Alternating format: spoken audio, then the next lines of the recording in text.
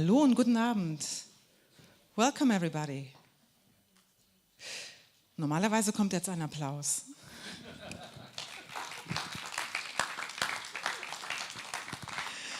Liebe Gäste in Köln, dear friends in Indianapolis, dear everybody who is watching our live stream today, during day or night time, wherever you are in the whole wide world. Welcome to Forum Volkshochschule.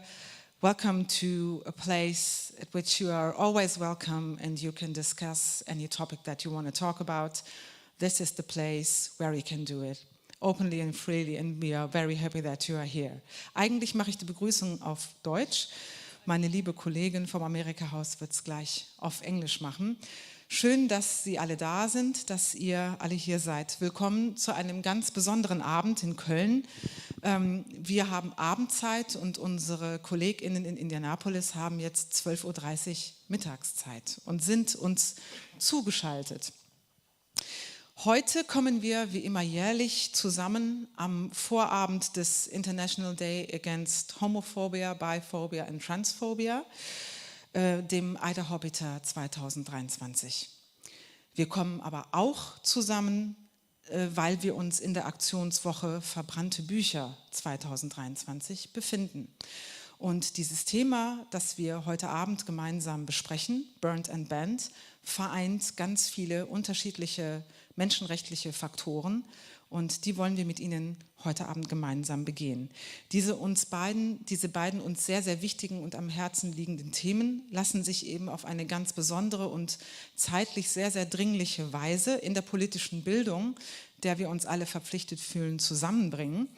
Und zwar auch mit unserem Projekt Pride, das die Volkshochschule Köln gemeinsam mit dem Freundeskreis Köln-Indianapolis und der University of Indianapolis, IUPUI, ins Leben gerufen hat, um den zivilgesellschaftlichen Dialog zu den UN-Nachhaltigkeitszielen, zu Gender Equality, zu dem Thema Geschlechtergerechtigkeit zu befördern, auch bekannt unter Sustainability Development Goal 5.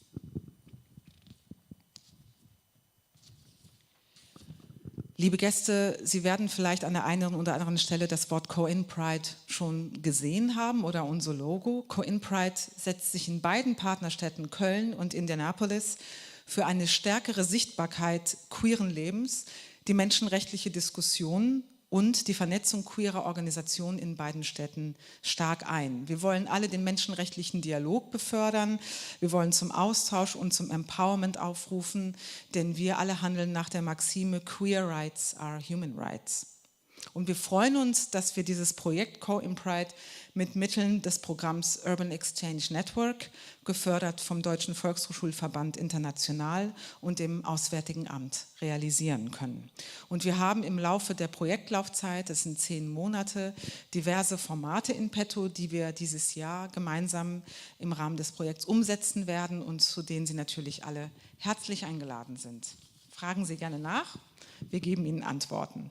Heute Abend allerdings lesen wir aus Büchern, die zur Zeit des Nationalsozialismus verbrannt wurden und gedenken damit nicht nur der gelesenen AutorInnen, sondern stellvertretend aller dieser dunklen Zeit zum Opfer gefallenen Freiheitsdenkenden. Wir lesen auch heute Abend aus Büchern, die zurzeit in unserer Partnerstadt und anderen Orten in den USA zensiert und verbannt werden, die nach dem Bekenntnis zur Freedom of Expression wichtige Impulse setzen, Menschen ermöglichen, ihre Gedanken und ihre Haltung weiterzuentwickeln oder sich gar erst zu finden, sich zu solidarisieren, sich zu identifizieren.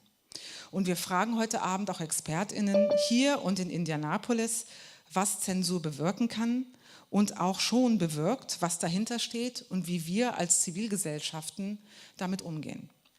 Und diesen essentiellen demokratischen Grundwerten verpflichtet, haben sich uns einige KooperationspartnerInnen für heute Abend angeschlossen, denen ich herzlich danken möchte. Allen voran, neben den bereits genannten, ist das Amerika-Haus NRW, ist das die Friedrich-Naumann-Stiftung Landesbüro NRW, die Initiative Menschenrechtsstadt Köln, der Cologne Pride, das LD-Haus Und ganz besonders begrüßen wir heute Abend, 6 Stunden Zeitverschiebung, unsere Kolleginnen und Kollegen von der Vonnegut Museum and Library in Indianapolis. Hi there, very nice to see you. I hope you can hear us. I can see them, you can't see them, but you will in a few minutes. Die KollegInnen der Vonnegut Museum and Library in Indianapolis haben sich in ihrer Arbeit der Freedom of Expression verschrieben und sind mitten im Herzen unserer wunderschönen Partnerstadt sehr, sehr aktiv. Und deswegen haben wir gesagt, wir machen diese Veranstaltung zusammen. Welcome to Burnt&Banned Books. Welcome also to our dear colleague from Amerika Haus NRW, Victoria Habecke. Hallo Victoria. Vielen Dank, liebe Humaira, für die freundliche Einführung. And indeed, a warm welcome, ladies and gentlemen. Thank you all for joining us today here in Cologne and Indianapolis and online. It's a pleasure to welcome you all. You know, this is truly a transatlantic undertaking with many partners in the US and Germany that Humaira has already named, and also speakers on both sides of the Atlantic to whom we are very grateful for making this possible. The transatlantic partnership is often described in its shape after World War II as a value-based relationship.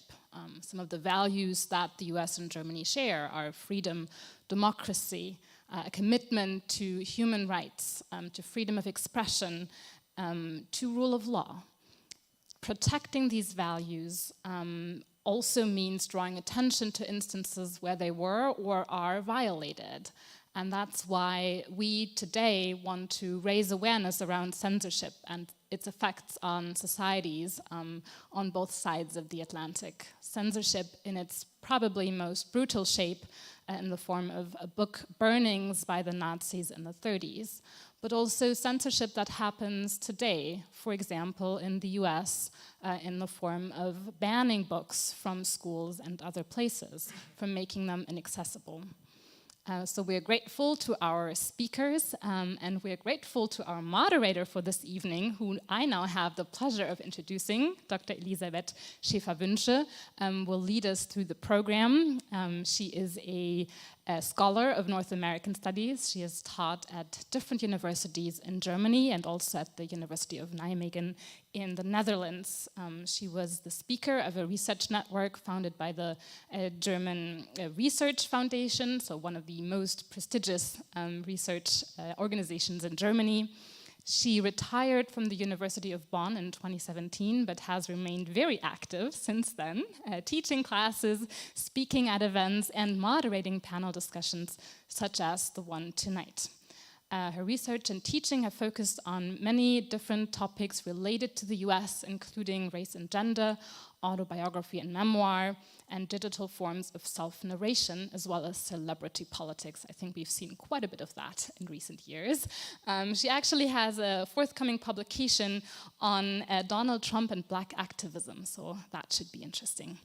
And with that, I want to thank everyone again for joining tonight, for all the partners involved, and we hand over to Dr. Elisabeth Schäfer-Wünsche, and I wish you all an enlightening evening. Thank you.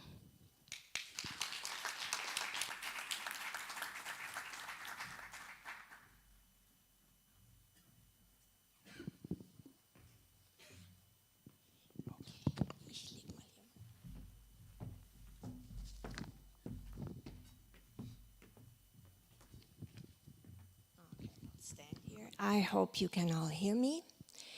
Before I start, I would of course like to thank the Amerika Haus NRW and especially Monique Maul, whom I do remember as a student from the University of Bonn, for having me here tonight. And then my thanks go out to Humaira Mansouri for our inspiring collaboration. Dear audience, throughout history, words have been invested with a lot of power. Words can do different things. They can inform us, they can make us happy, and they can literally hurt us. Now, the written word has been invested with a specific kind of power, one that goes beyond the spoken word. The written word is visible. It can be looked at. It can be read and interpreted. It can be celebrated, but it can also be feared, condemned. Institutional censorship, it is safe to say, has been closely connected to the written and especially to the printed word. Finally, if printed words are assembled in a book, that is yet another stage. Books as containers, so to speak, as haptic objects that can be held in our hands. And now, books can be put on a shelf, but they can also be taken away. They can be made to disappear from the shelf. They can be banned. More than that, books can be destroyed. And as the ultimate symbolic act of destruction, they can be burned. The burning of books, I would like to add in our context, has deeply impacted German history. It has, I dare say, shaped German history. However, there is yet another immensely important aspect to the status of books. In the public imagination, books tend to be closely associated with authors, with those who wrote the book. Not only are authors wrote the book in quotation marks, not only are authors associated with their books, in specific political contexts, authors are literally considered physical, embodied extensions of books. In other words, the burning of books can also be linked to the destruction of human bodies. The life-threatening attack on Salman Rushdie last year, August 12, 2022, in the state of New York, is just one terrible reminder of this ongoing, potentially deadly identification of book and author. And later on, I don't think we can do this now, but Martin Söller will talk about this again. Dear audience, on a somewhat less dramatic note, this evening we're lucky to have two panelists, I will introduce them later on, whose professional lives are to a high degree shaped by books.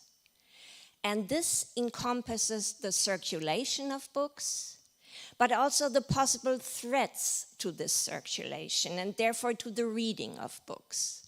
We will get to this in the course of this evening.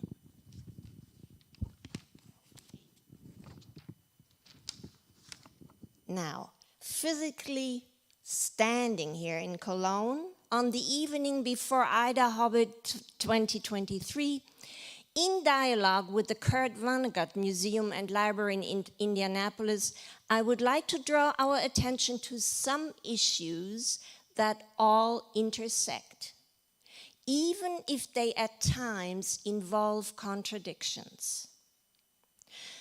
The words or acronyms we use today, IDAHOBITA or IDAHOBITA, both, IDAHOBITA, LGBTQ+ or LGBTIQ, all draw on traditions of finding designations, of naming, that are very much impacted by US-American movements. Movements for human rights, against discrimination, against various forms of violence, movements that want to include. Of course, there is the language issue. English is a global and a globalizing language and makes it possible to share activities, to connect and collaborate on a global scale.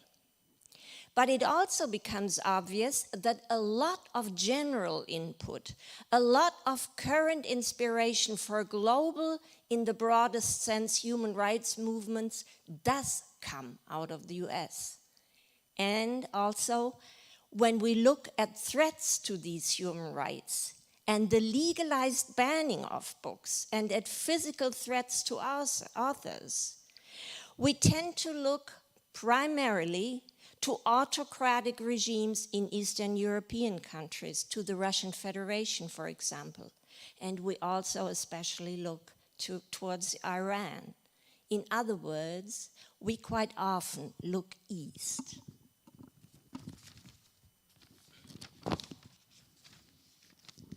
In recent years, however, news about the banning of books in various parts of the US has entered the mainstream, or mainstream news.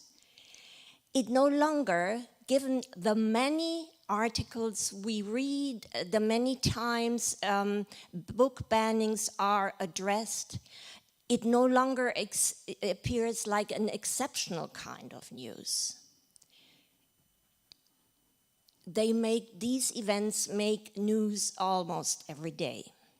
Statistics have appeared in the National Geographic, from the American Library Association, PEN America, about an upsurge of books banned. And these books, one learns, tend to address in the broadest of ways topics related to LGBTQ plus lives, as well as to sexuality in general. Obviously, those are topics that are perceived as most threatening. Such news also means that critical attention here in Germany, but most probably in many parts of the world, has come to also focus on exclusionary practices in the US. However, the fact that we are in dialogue with the Kurt Vonnegut Library and Museum makes us aware that not only is the banning of books no recent phenomenon in the US, there has at the same time been a long literary tradition of resistance, of arguing for diversity of expression and against forms of exclusion. My second larger issue is that historically, the claim to religious belief has been one major argument for the banning of books and the persecution of authors. If we direct our gaze towards the US, there religion too has historically played a major role in the exclusion of books and of people.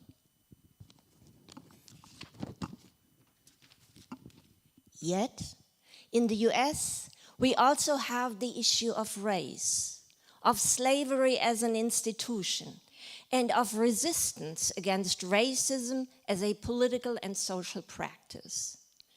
Bans against books, I want to argue strongly, often come in packages. Issues intersect.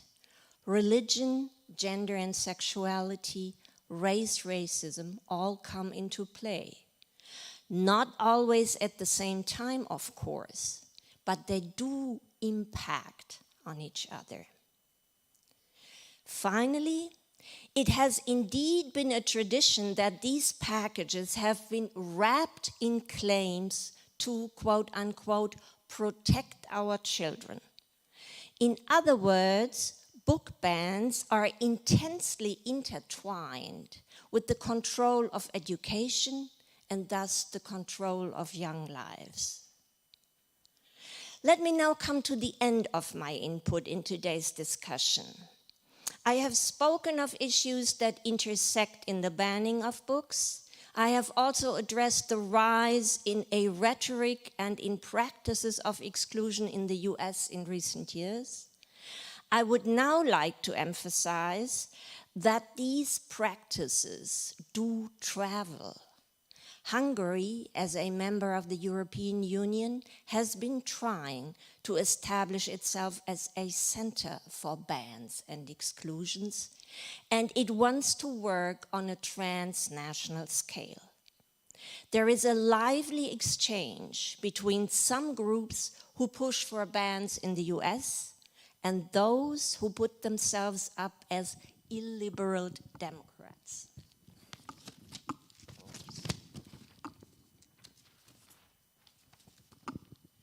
Let us hope that IDAHOBIT or IDAHOBITA 2023 as a celebratory event and the ongoing work of cultural institutions such as the Kurt Vonnegut Museum and Library are vibrant democratic forces that counter these exclusionary projects.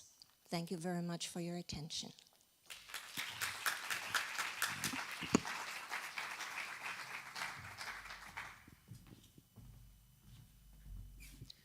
Thank you, Elisabeth Schäfer-Wünsche. We now come to our first reading, and my dear colleague Monique Maul from Amerika Haus NRW will read out the first text in German, and it will be translated on our live stream in English. Du darfst mich nicht so lieb haben, Manuela. Das ist nicht gut. Ich muss einführen. I'm sorry. We want to tell you something about the book as well as about the author, of course. Christa Winslow, das Mädchen in Uniform. Christa Winslow wird geboren am 23. Dezember 1888 in Darmstadt, ermordet am 10. Juni 1944 bei Cluny, Frankreich. Nach dem Tod der Mutter schickt der mit der Erziehung überforderte Vater das Mädchen 1903 in ein Internat für Offizierstöchter. Diese Zeit mit strengen Regularien prägt sie nachhaltig. Sie lässt sich ab 1910 in München an der Königlichen Kunstgewerbeschule zur Bildhauerin ausbilden. 1913 heiratet sie den ungarischen Schriftsteller und Literaturkritiker Baron Lajos Hatvany. Das Ehepaar wird 1924 geschieden. Winslow erwirbt ein Haus mit Atelier in Schwabing. Sie beginnt, Artikel in Zeitungen und Zeitschriften zu veröffentlichen. Sie bewegt sich in literarischen Kreisen und ist unter anderem mit Joachim Ringelnatz sowie Klaus und Erika Mann befreundet. 1930 landet sie einen Bühnenerfolg mit Ritter Nerestan. Im folgenden Jahr wird der Stoff als Mädchen in Uniform verfilmt.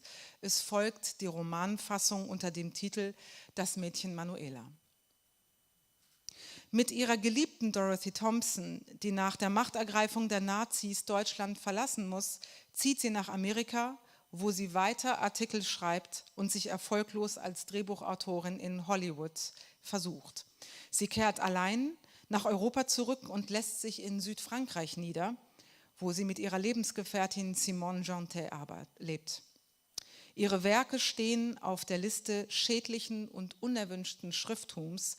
Ihr Roman Passeggera erscheint 1938 im Exilverlag Allard der Lange. Um der Perspektivlosigkeit im Exil zu entkommen, versucht sie, da durch ihre Ehe auch im Besitz eines ungarischen Passes, ein Durchreisevisum für Deutschland zu erlangen. Vor Antritt der letztlich genehmigten Reise werden sie und Simone Jantet in den Wäldern von Cluny entführt und am 10. Juni 1944 erschossen.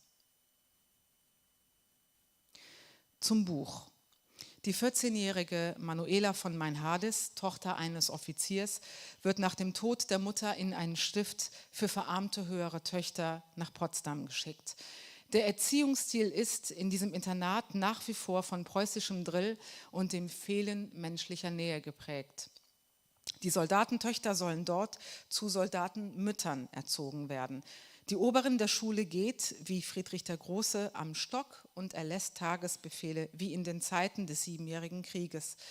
Die Auswirkungen dieses Preußentums auf das sensible junge Mädchen sind verheerend. Sie hat Schwierigkeiten, sich den Verhältnissen anzupassen und fällt in ihren Schulleistungen ab. Wärme und Verständnis geht allein von der jungen Lehrerin Fräulein von Bernburg aus, in die Manuela sich glühend verliebt. Du darfst mich nicht so lieb haben, Manuela. Das ist nicht gut. Das muss man bekämpfen. Das muss man überwinden, abtöten. Leise spricht das Kind die Worte nach. Man muss abtöten. Warum? Ihr Blick wandert hinüber zu Fräulein von Bernburg. Mann, hat sie gesagt. Sie auch? Muss sie denn auch? Hin stürzt sie fällt, sie wirft ihren Kopf gegen die Knie der Frau vor ihr, rasend schnell, verwirrt und wie im Fieber bricht es aus ihr hervor. Liebes, geliebtes Fräulein von Bernburg, nicht, das haben Sie nicht gesagt. Sie wissen doch, Sie wissen es ja. Ich kann das nicht überleben, das ist ja der Tod. Und ganz ruhig, sagen Sie ein Wort, sagen Sie es ganz leise. Ich verlasse dich nicht. Dann will ich still sein. Ich will alles tun, alles. Über mich ergehen lassen. Ich will gehorchen und gut sein. Manuela wartet auf ein Zeichen, es kommt nichts. Ihre Hände werden sanft, aber bestimmt gelöst. Ihr wiedergegeben, sie fallen der am Boden Knienden in den eigenen Schoß. Fräulein von Bernburg tritt weg von ihr. Einen Schritt. Sie muss ein Ende machen, sonst. Manuela, steh auf. Jetzt erhebt sich das Kind, aber sie ist plötzlich kein Kind mehr. Sie ist unheimlich ruhig geworden, ruhiger als die Frau, die vor ihr steht. Ja, ich gehe. Und mit einem irren Lächeln sieht sie der anderen ins Gesicht. Liebes Fräulein von Bernburg, ich gehe. Sie macht keine Bewegung, die Hände zu küssen. Es ist, als fühlte sie gar nichts mehr. Adieu, liebes Fräulein von Bernburg. Wie im Traum geht sie zur Tür, öffnet sie und hat sie geschlossen. Fräulein von Bernburg hat verzerrtes Gesicht, eine rasche Bewegung zur Tür hingemacht. Aber an der Tür ist sie stehen geblieben. Mit beiden Händen fasst sie sich an den Kopf. Nein, sagt sie laut vor sich hin und noch einmal nein. Manuela hört sie nicht mehr. Sie ist wie im Schlaf, bewusstlos, nichts sehend, nichts fühlend. Wird sie höher getrieben, höher. Stufe für Stufe führt sie die weiße Treppe empor. Manuela geht mit halb geschlossenen Augen. Du darfst nicht hinabblicken. Es wird dir schwindelig, du darfst nicht. Vater unser, der du bist im Himmel, das ist das Ende, das ist der Anfang. Geheiligt werde dein Name. Leise, auf Fußspitzen schleicht, stürzt, rennt, atemlos, Edelgard den Korridor entlang, nimmt den ersten Treppenabsatz, den zweiten. Edelgard, eine scharfe Stimme reißt sie zurück. Wo willst du hin? Edelgard bleibt stehen und blickt verzweifelt die Treppe hinauf, ohne auf Fräulein von Kesten zu achten. Komm herunter da, du hast da oben gar nichts zu suchen. Und Edelgard, an Gehorsam gewohnt, wendet sich langsam um. Gesenkten Kopfes steht sie vor Fräulein von Kesten. Was soll das bedeuten, Edelgard? Edelgard nimmt sich zusammen. Ich, Fräulein von Kesten, suche Manuela, erklärt sie mit bleichen Lippen. Du und Ungehorsam? Edelgard, das ist ja recht nett, das ist ja ganz neu. Edelgard hebt Kopf und Blick. Manuela ist nicht schlecht, Fräulein von Kesten, sagt sie mutig, ja, beinahe hochmütig in Fräulein von Kestens unruhige Augen hinein. Fräulein von Kesten ringt nach einer Antwort, aber sie soll ihr erspart bleiben, von unten her kommen unterdrückte Rufe. Manuela, Manuela! Fräulein von Kesten beugt sich über die Rampe. Ruhe da unten, seid ihr denn alle verrückt geworden? Eine ungeheure Bewegung scheint sich der Kinder bemächtigt zu haben.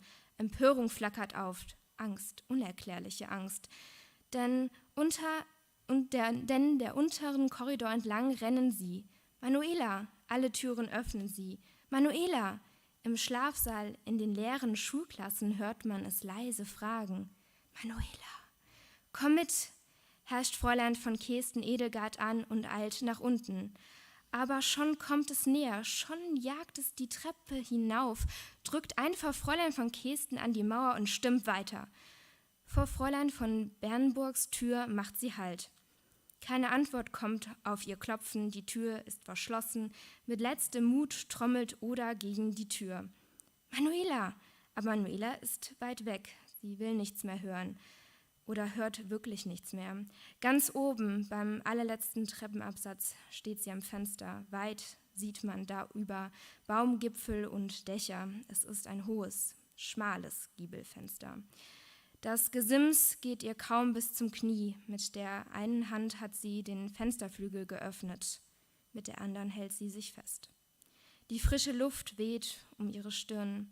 Sie ist ganz klar, ja überklar, wie die Sterbenden sind. Weit ist es bis da unten, aber frei und kühl wird es sein und sie wird draußen sein, nicht mehr drinnen, weit draußen und frei. Ein Hauch zittert durch die hohen Bäume, die Sonne geht unter, auf der Straße ist alles still, unbewusst bewegen sich die Lippen. Wenn ich auch gleich nichts fühle von deiner Macht, so führst mich doch zum Ziele, auch durch die Nacht. Dann breitet sie die Arme aus, so nimm denn meine Hände und führ mich bis an mein selig Ende. Manuela, Manuela, Manuela, warst du im Schlafzimmer? Ja, im Garten auch. Wenn wenigstens Fräulein von Bernburg. Plötzlich ertönt eine wahnsinnige Glocke. Es läutet. Was ist? Das kommt von unten. Plötzlich ertönt eine wahnsinnige Glocke. Es läutet. Was ist? Das kommt von unten. Warum hört es nicht auf? Wer läutet so? Warum stürzen sie alle die Treppe hinunter? Herr Allemann mit offenen Uniformkragen reißt zitternd an der Tür. Er kann das Tor nicht allein öffnen, er muss sich helfen lassen. Fräulein von Bernburg ist neben ihm. Jetzt. Manuela liegt auf den harten Steinstufen vor ihnen. Herr Allemann breitet die Arme aus und hindert die nachdrängenden Fräulein von Bernburg zu folgen. Fräulein von Bernburg kniet nieder. Leise nimmt sie Manuelas Kopf in den Schoß. Ihre Hand liegt auf Manuelas Herz. Aber da drin ist es still. Das Haus ist erstarrt, niemand spricht, niemand drängt sie herzu. Man lässt sie beide allein, Fräulein von Bernburg und Manuela.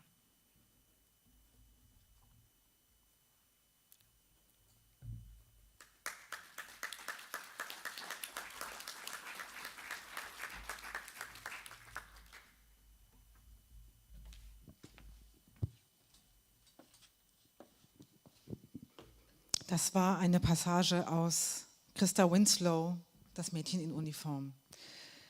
Yeah, we're coming to our second text passage and we are very happy to welcome Brittany Kane from KVML, from Kurt Vonnegut Museum and Library. Welcome. We can see you now on the big screen. I hope you're doing fine. Can you hear us? We can't hear you. Lip reading is possible but difficult. Now? Yeah, we can hear you now. Hi, Brittany. Welcome. Great. Hello. Today I'll be reading from Slaughterhouse-Five. So Slaughterhouse-Five, one of Kurt Vonnegut's most notable and recognizable works. It's his semi-autobiographical telling of his experiences in Dresden, Germany as a prisoner of war, with an infusion of science fiction elements like time travel. This Unstuck in Time novel has been challenged in the United States as recently as 2023. We have actually sent hundreds of copies of Slaughterhouse-Five to students in communities across the United States where the book is still being banned. It's often challenged and banned because of the sexual content, anti-war sentiments, and harsh language. Today I'll be reading you a conversation between our main character, Billy Pilgrim, and his war buddy, Bernard B. O'Hare's wife, Mary. I met his nice wife, Mary, to whom I dedicate this book. I dedicate it to Gerhard Mueller, the Dresden taxi driver, too. Mary O'Hare is a trained nurse, which is a lovely thing for a woman to be. Mary admired the two little girls I'd brought, mixed them in with her own children, sent them all upstairs to play games and watch television. It was only after the children were gone that I sensed that Mary didn't like me or didn't like something about the night. She was polite but chilly. "It's a nice cozy house you have here," I said, and it really was. "I've fixed up a place where you can talk and not be bothered," she said. "Good," I said, and I imagined two leather chairs near a fire in a paneled room where two old soldiers could drink and talk. But she took us into the kitchen. She had put two straight-backed chairs at a kitchen table with a white porcelain top. That tabletop was screaming with reflected light from 200 bulbs overhead. Mary had prepared an operating room, but she only put one glass on it, which was for me. She explained that O'Hare couldn't drink the hard stuff since the war, so we sat down. O'Hare was embarrassed, but he wouldn't tell me what was wrong. I couldn't imagine what it was about me that could burn up Mary so. I was a family man. I'd been married only once. I wasn't a drunk. I hadn't done her husband any dirt in the war? She fixed herself a Coca-Cola, made a lot of noise banging the ice cube tray in the stainless steel sink. Then she went under another part of the house. But she wouldn't sit still. She was moving all over the house, opening and shutting doors, even moving furniture around to work off anger. I asked O'Hare what I'd said or done to make her act that way. "It's all right," he said. "Don't worry about it. Doesn't have anything to do with you." That was kind of him. He was lying. It had everything to do with me. So we tried to ignore Mary and remember the war. I took a couple of belts of the booze I'd brought, and we would chuckle or grin sometimes as though war stories were coming back, but neither one of us could remember anything good. O'Hare remembered one guy who got into a lot of wine in Dresden before it was bombed, and we had to take him home in a wheelbarrow. It wasn't much to write about. I remembered 2 Russian soldiers who had looted a clock factory.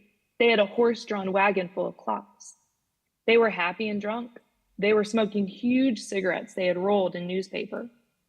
That was about it for memories. And Mary was still making noise. She finally came out in the kitchen again for another Coke. She took another tray of ice cubes from the refrigerator, banged it in the sink, even though there was already plenty of ice out. Then she turned to me, let me see how angry she was, and that the anger was for me. She had been talking to herself, so what she said was a fragment of a much larger conversation. "You were just babies then," she said. "What?" I said. "You were just babies in the war, like the ones upstairs." I nodded that this was true. We had been foolish virgins in the war, right at the end of childhood. "But you're not going to write it that way, are you?" This wasn't a question, it was an accusation. I don't know, I said. "Well, I know," she said. "You'll pretend you were men instead of babies, and you'll be played in the movies by Frank Sinatra and John Wayne, or some of those other glamorous, war-loving, dirty old men. And war will look just wonderful, so we'll have a lot more of them, and they'll be fought by babies like the babies upstairs." So then I understood. It was war that made her so angry. She didn't want her babies or anybody else's babies killed in wars. And she thought wars were partly encouraged by books and movies. So I held up my right hand and I made her a promise. "Mary," I said, "I don't think this book of mine is ever going to be finished. I must have written 5,000 pages by now and thrown them all away. If I ever do finish it, though, I give you my word of honor. There won't be a part for Frank Sinatra or John Wayne. I tell you what," I said, "I'll call it the Children's Crusade." She was my friend after that. As I said before the passage, Slaughterhouse-Five has been challenged for its anti-war sentiments. I'd like to now pass this conversation over to our curator at the Kurt Vonnegut Museum and Library, Chris Lefebvre, who will read a letter Vonnegut penned to the chairman of the Drake School Board after all school copies of Slaughterhouse-Five were burnt in the school's basement incinerator in 1972.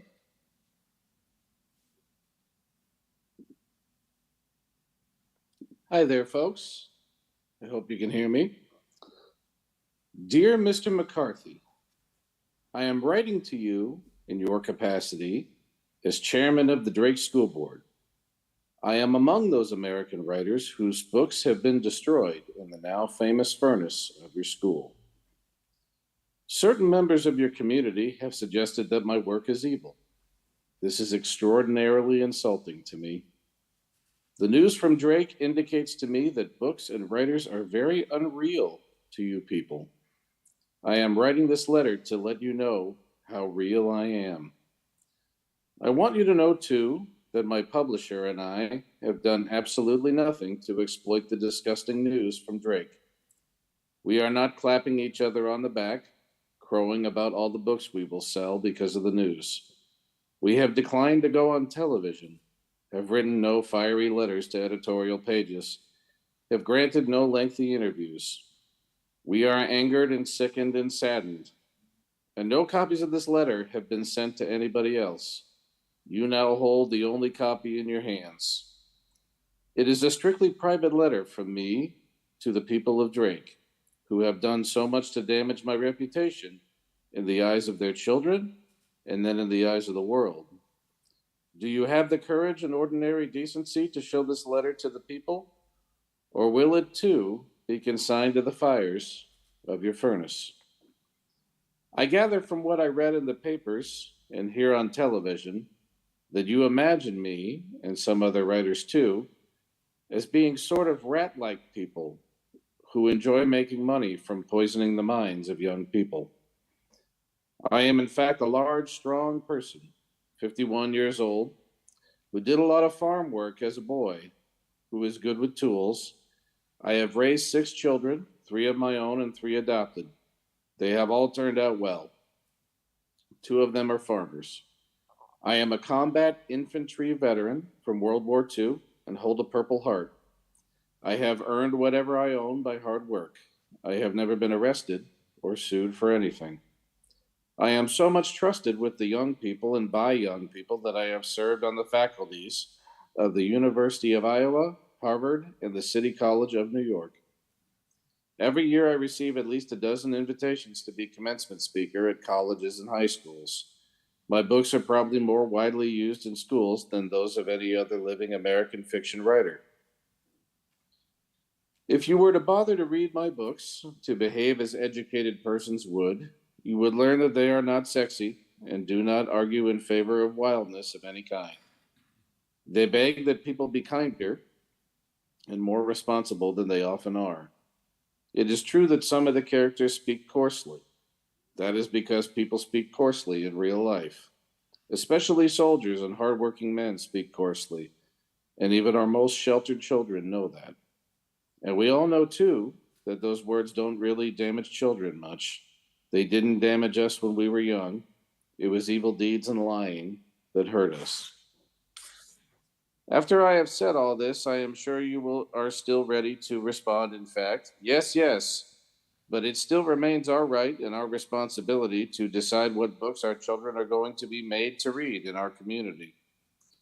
This is surely so, but it is also true that if you exercise that right and fulfill that responsibility in an ignorant, harsh, un-American manner, then people are entitled to call you bad citizens and fools. Even your own children are entitled to call you that. I read in the newspaper that your community is mystified by the outcry from all over the country about what you have done. Well, you have discovered that Drake is a part of American civilization, and your fellow Americans can't stand it that you have behaved in such an uncivilized way. Perhaps you will learn from this that books are sacred to free men for very good reasons, and that wars have been fought against nations which hate books and burn them. If you are an American, you must allow all ideas to circulate freely in your community, not merely your own. If you and your board are now determined to show that you, in fact, have wisdom and maturity when you exercise your powers over the education of your young, then you should acknowledge that it was a rotten lesson you taught young people in a free society when you denounced and then burned books you hadn't even read. You should also resolve to expose your children to all sorts of opinions and information in order that they will be better equipped to make decisions and to survive. Again, you have insulted me, and I am a good citizen, and I am very real. That's a letter Vonnegut wrote to the head of a school board of Drake, North Dakota in 1973.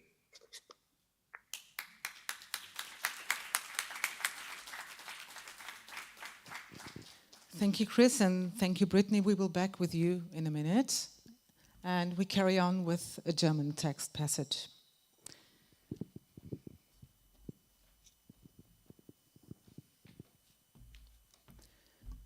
Anbitsermann liest aus Der Tod in Venedig von Thomas Mann.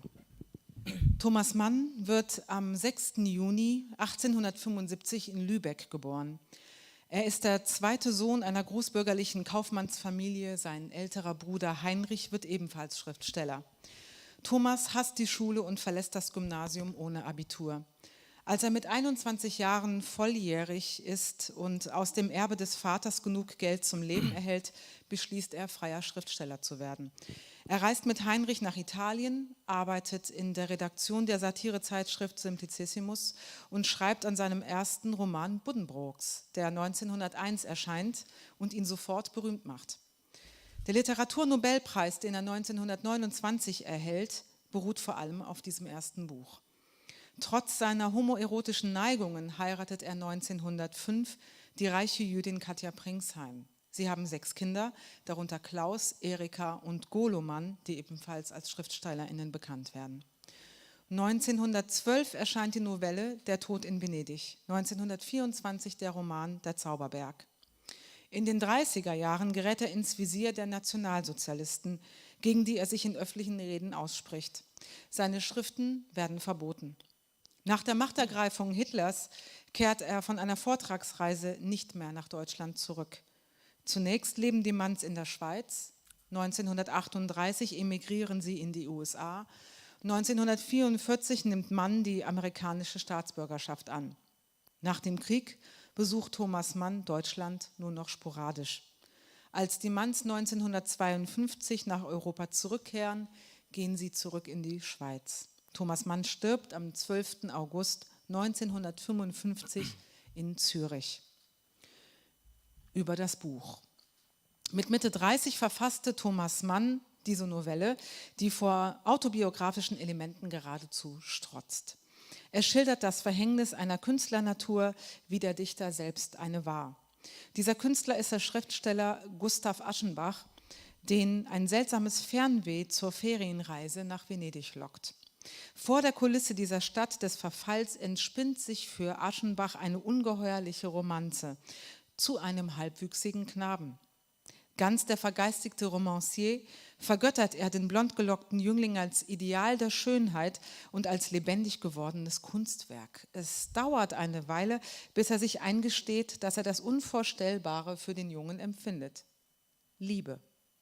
Spätestens jetzt beginnt sein Abstieg, wird sein zuvor maßvolles und diszipliniertes Leben brüchig und endet schließlich in rauschhafter Verzückung und dem Tod in Venedig.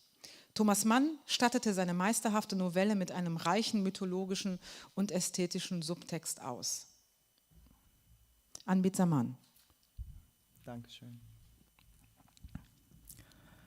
Irgendeine Beziehung und Bekanntschaft musste sich notwendig ausbilden zwischen Aschenbach und dem jungen Tadzio.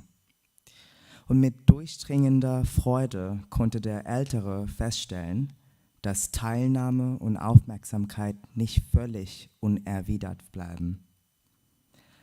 Was bewog zum Beispiel den Schönen niemals mehr, wenn er morgens am Strande erschien, den Brettersteg an der Rückseite der Hütten zu benutzen, sondern nur noch auf dem vorderen Wege durch den Sand an Aschenbachs Wohnplatz vorbei und manchmal unnötig dicht an ihm vorbei.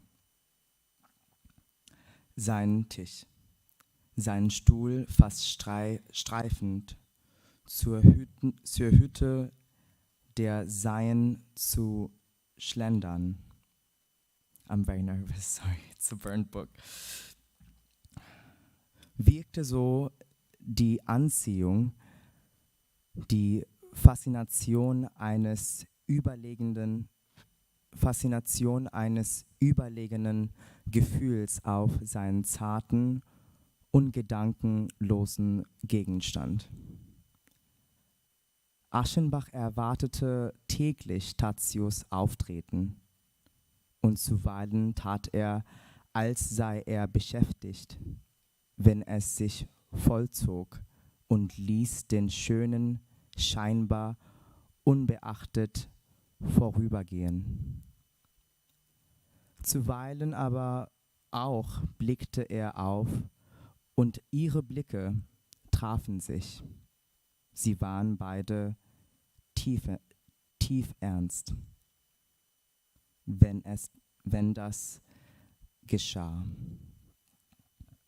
In der gebildeten und würdevollen Miene des Älteren verriet nichts eine innere Bewegung, aber in Tatius Augen war ein Forschen, ein nachdenkliches Fragen. In seinen Gang kam ein Zögern. Er blickte zu Boden, er blickte lieblich wieder auf. Und wenn er vorüber war, so schien ein etwas in seiner Haltung auszudrücken, dass nur Erziehung ihn hinderte, sich umzuwenden. Einmal jedoch, eines Abends, begab es sich anders. Die polnischen Geschwister hatten nebst ihr Gouvernante bei der Hauptmahlzeit im großen Saale gefehlt. Mit Besorgnis hatte Aschenbach es wahrgenommen. Er erging sich nach Tische, sehr unruhig über ihren Verbleib. In Abendanzug und Strohhut vor dem Hotel, zu Füßen der Terrasse, als er plötzlich die nonnenähnlichen Schwestern mit der Erzieherin und 4 Schritte hinter ihnen Tazio in Lichte der Bogenlampen auftauchen sah. Offenbar kam sie vor der Dampferbrücke, nachdem sie aus irgendeinem Grunde in der Stadt gespeist. Auf der Wasser war es wohl kühler gewesen. Tazio trug eine dunkelblaue Seemannsüberjacke mit goldenen Knöpfen und auf dem Kopf eine zugehörige Mütze. Sonne und Seeluft verbrannten ihn nicht. Seine Haut war marmorhaft, gelblich geblieben wie zu Beginn. Doch schien er blässer heute als sonst, sei es infolge der Kühle oder durch den bleichenden Mondschein der Lampen. Seine ebenmäßigen Brauen zeichneten sich schärfer ab, seine Augen dunkelten tief. Er war schöner, als er sich sagen lässt. Und Aschenbach empfand wie schon oftmals mit Schmerzen, dass das Wort, die sinnliche Schönheit nur zu preisen, nicht wiederzugeben vermag. Er war der treuen Erscheinung nicht gewärtig gewesen. Sie kam unverhofft. Er hatte nicht Zeit gehabt, seine Meine zur Ruhe und Würde zu befestigen. Freude, Überraschung, Bewunderung möchten sich offen darin malen, als sein Blick dem des Vermissten begegnete. Und in dieser Sekunde geschah es, dass Tazio lächelte. In ihn lächelte, sprechend, vertraut, liebreizend und unverhohlen,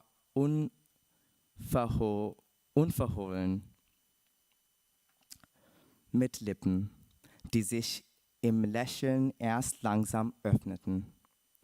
Es war das Lächeln des Nazis, der sich über das spiegelnde Wasser neigt. Jenes tiefe, bezauberte, hingezogene Lächeln, mit dem er nach dem Widerscheine der eigenen Schönheit die Arme steckt. Ein ganz wenig verzerrtes Lächeln, verzerrt von der Aussichtslosigkeit seines Trachtens, die holden Lippen seines Schattens zu küssen, kokett, neugierig und leise gequält, betröht und betörend. Der, welcher dies Lächeln empfangen, entteile damit wie mit einem verhängnisvollen Geschenk. Es war so sehr erschüttert, dass er das Licht der Terrasse des Vorgartens zu fliehen gezwungen war und mit hastigen Schritten das Dunkel des rückwärtigen Parkes suchte. Sonderbar entrüstete und zärtliche Vermahnungen entrangen sich ihn. Du darfst so nicht lächeln. Höre, man darf so niemanden lächeln. Er warf sich auf eine Bank. Er atmete außer sich den nächtlichen Duft der Pflanzen. Uns zurückgelehnt mit hängenden Ärmeln, überwältigt und mehrfach von Schauern überlaufen, flüsterte er die stehende Formel der Sehnsucht. Unmöglich hier, absurd, verworfen, lächerlich und heilig doch. Ehrwürdig auch hier noch. Ich liebe dich. Der Tod in Venedig von Thomas Mann. Danke.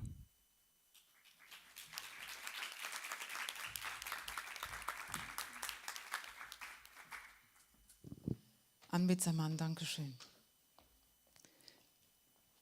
We're going back to Indianapolis with the last piece of literature that we're going to read out.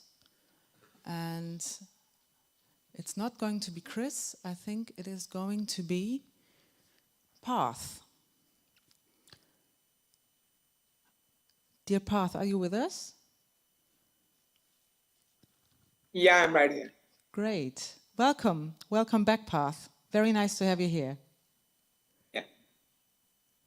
So, good evening to all my friends in Germany. All Boys Aren't Blue, a young adult non-fiction memoir manifesto written by journalist and activist George M. Johnson. This book was published in 2020 and has been one of the top 10 most banned books in the years 2021 and 22. In 22 alone, there were like 90 challenges across the United States on this book due to its LGBTQ and sexual content. I'll be reading a passage from the chapter Losing Hope. I'm going to write this in the only language I knew at the time. In my adolescent years, before I had a full understanding of transphobia and the actions that feed into it.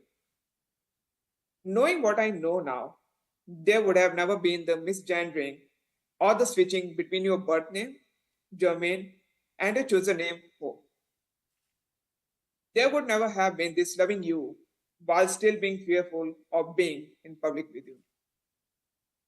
Thankfully, even though we made those mistakes with you, our family only knew one way to raise a child, and that was with love. So, Despite us not having the education or resources to fully understand what was going on with you, we always loved you, and you still found a way to love us back even more. Oddly enough, my first memory of you is in black and white. Every time I think back to the day we first met, from the parking lot to the benches to everyone else there, it's all black and white. I'm not sure why my mind has done this with the memory, but maybe it's because our existence as queer people has never been black and white. It was a hot summer day, and I could have only been about 5 or 6 at the time. We were all coming to one of those big family reunion cookouts that Nanny was famous for putting together with her brothers and sisters. We were a big family, and most of us grew up within 30 to 45 minutes of one another. My uncle, the one I nicknamed Uncle, that we'll learn more about a little later, always says, "Your cousins are your first set of friends." And for sure, he was right. I was holding my mother's hands as we got out of the car and began walking up towards the family. And there you were. You and about 6 other people were sitting on a picnic table, listening to a boom box in your own world. I remember I couldn't stop staring at you all. I was a little boy at that time and dealing with my feelings of being different. I walked up on this table and saw a reflection of myself. Even at a very young age, I knew that your group was different too. "Hey, Jermaine," my mother said as we got close. "Hey, Aunt Kate," you looked at me and smiled. You were a teenage boy with a high-pitched voice that didn't match your outward appearance. I was just standing there trying to process it all. You all had jerry curl type of hair at the time and were wearing tight ripped denim jeans and even tighter shirts. I listened as you all gossiped like the women I used to see in my mother's salon, except you all were boys like me. You were darker skinned and had started wearing makeup at that time. Your best friend, Corey, was lighter skinned, pretty built, and also had the same type of high-pitched voice. Although y'all were sitting off to the side, away from everyone else, it wasn't because you weren't accepted or welcome in the space. You were all a part of Nanny's sister, my great aunt Margaret's crew. Nanny used to call you all the Jersey City crew, which consisted of great aunt Margaret, her daughter, Aunt Tony, her sons Rob, Paul, and Leonard, and my cousins Angel, Sean, and you. You adored my mother, and I could tell that you all were very close. I watched you and your friends that day, too young to have a conversation, but old enough to just listen. I couldn't stop staring at you, all of you. I mean, it was shocking because I was a kid and I didn't know what I was looking at. However, I did know that whatever it was you all were, I felt it and knew that something about me would one day be like you too. Although I had Gigi around, he never spoke about his sexuality, and he even brought girls home to throw off any suspicion of him being gay. He was very much closeted when I was growing up. That's why that moment in the park stands out in my memory and always has. There is truly something to be said about the fact that you sometimes can't see yourself if you can't see other people like you existing, thriving, and working. I can only imagine the courage it took for you to be yourself. Even though you had a safe home to go, the world was not a safe place for people like you. It's been years since your passing, and the world still isn't a safe and accepted place for trans people. Some days I fear it may never be, but the difference between them and now is that I do my best to fight for folks like you every day. Throughout the years, I would continue to see you at family gatherings with the Jersey City crew, where you sometimes brought Corey along. Each time I would see you, though something would never change. It started with the clothes. You began coming to family gatherings wearing dresses. No one would ever say anything derogatory, though. The dresses were followed by the fingernails and then the wigs. Each time I would see you, your voice would become a little bit more feminine, as did your features. From the slender young man I first met that day in the park, you developed into the fun-loving, smart young woman you always knew you were. The woman I felt you were from the last time I laid eyes on you. Secretly, I wanted to be like you. When one is a child that grows up with the feelings of both femininity and masculinity and no space to process them, one tends to go with the best possible reflection of oneself. For me, that was you. I was unsure if I was a boy or a girl or a science project, but I knew you existed, which meant that I too existed out there somewhere in whatever form that may. So this is a passage from the chapter Losing Hope, and the book is All Boys Aren't Blue. Thank you.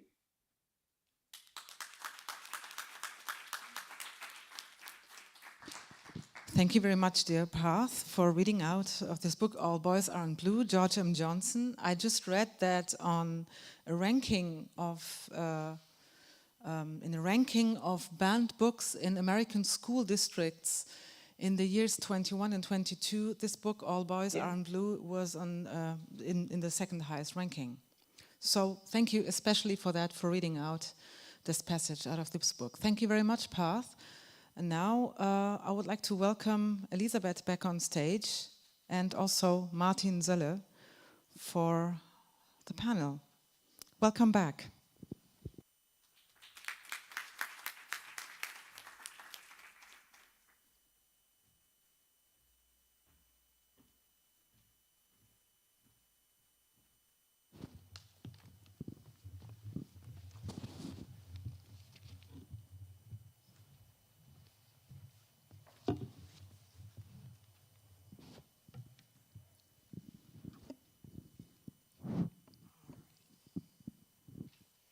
Dear audience, before we go into our panel discussion or our panel conversation, let me very shortly introduce our panelists.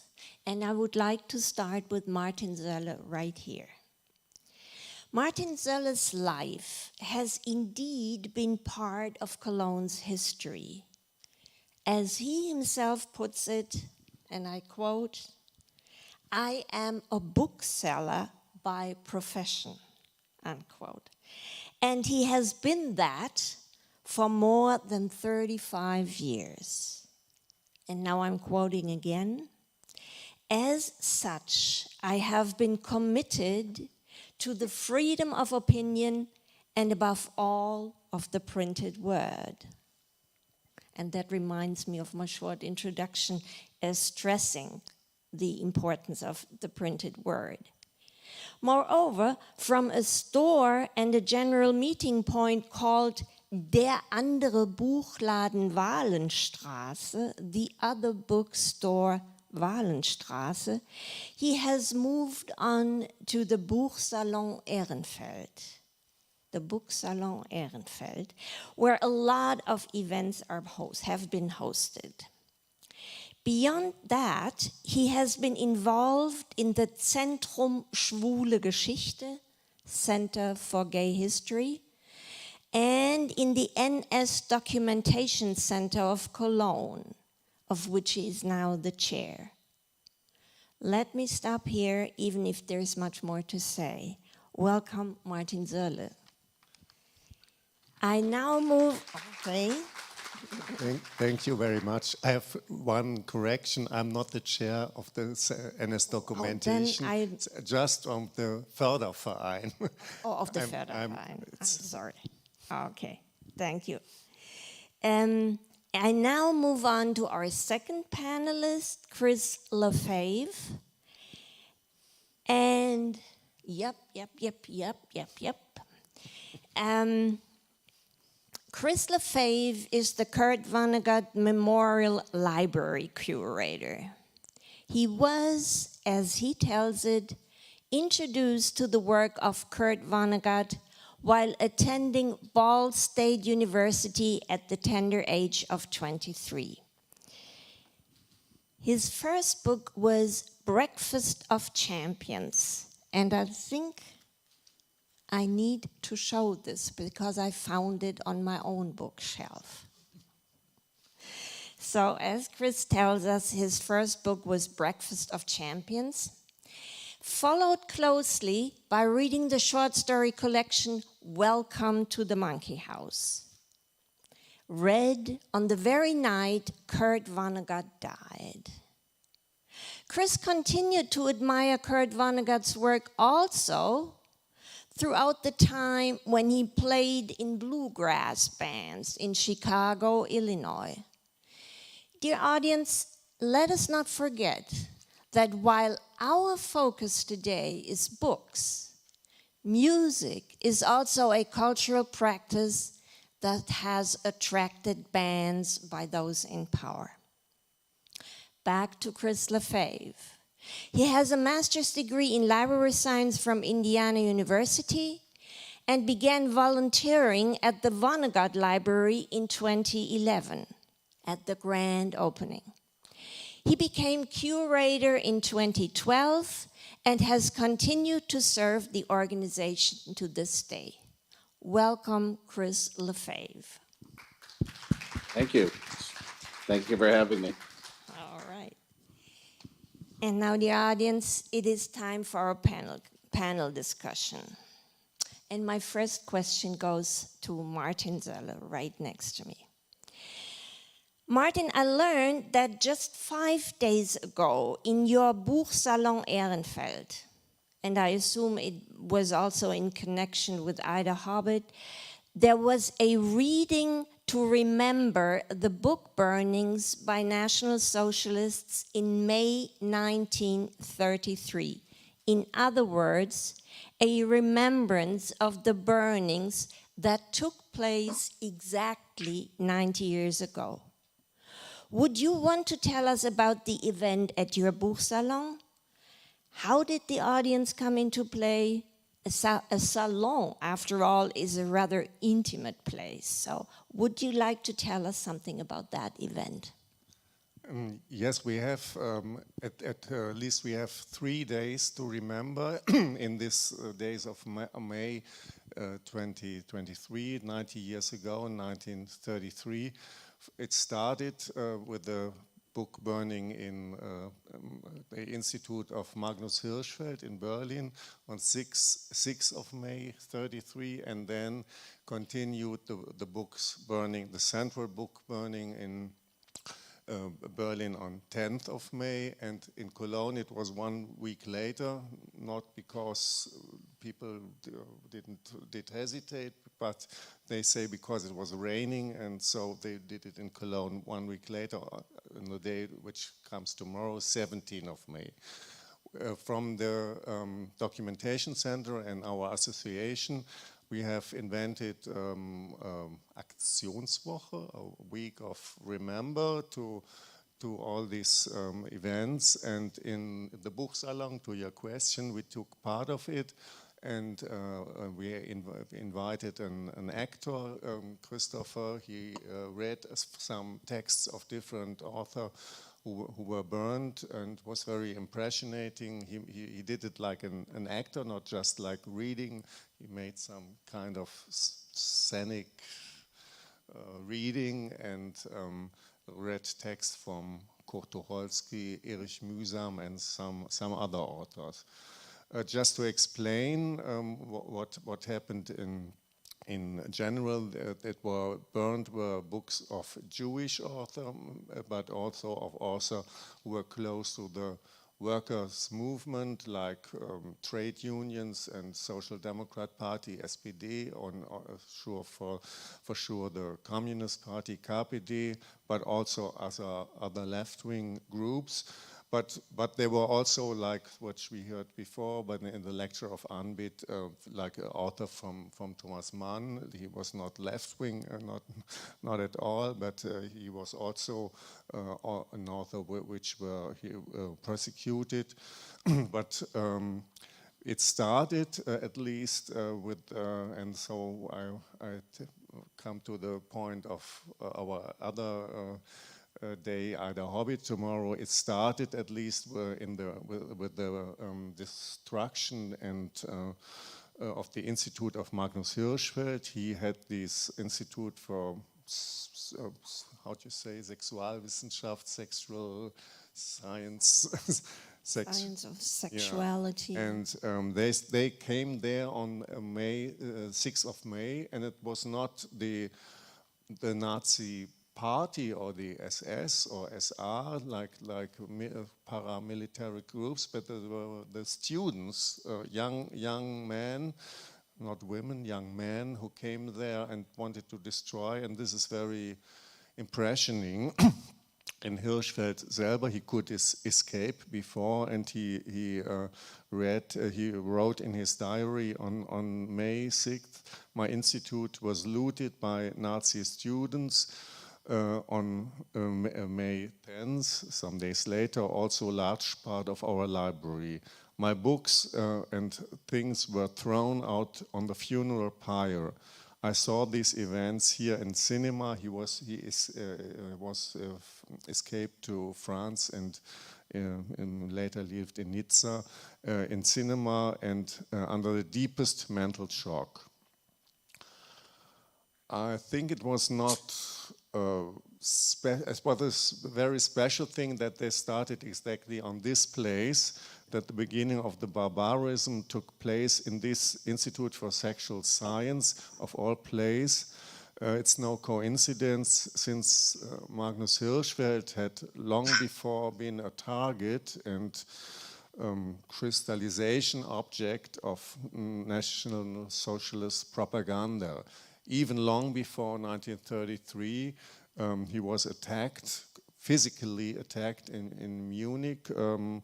I think it was in 1927, and also he had invitation to Cologne, and some right-wing people tried to prevent this invitation in Cologne, and so it was a lecture from Magnus Hirschfeld was cancelled. Yeah, this is the historical part. Wow. Thank you very much. I think that gives us an impression of the background that then I think motivated you to have such a scenic reading in Cologne. And I thank you very much for sharing this knowledge with us that may not be circulating, I think, as much as it should. Now I'm jumping and would like to address Chris Lefebvre.